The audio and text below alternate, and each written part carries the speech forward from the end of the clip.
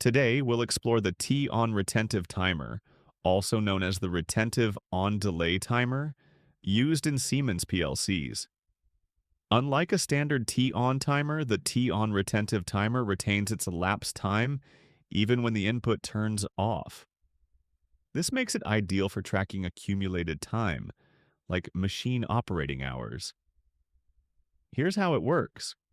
When the machine starts running, the input signal goes from 0 to 1, and the T-on retentive timer begins counting.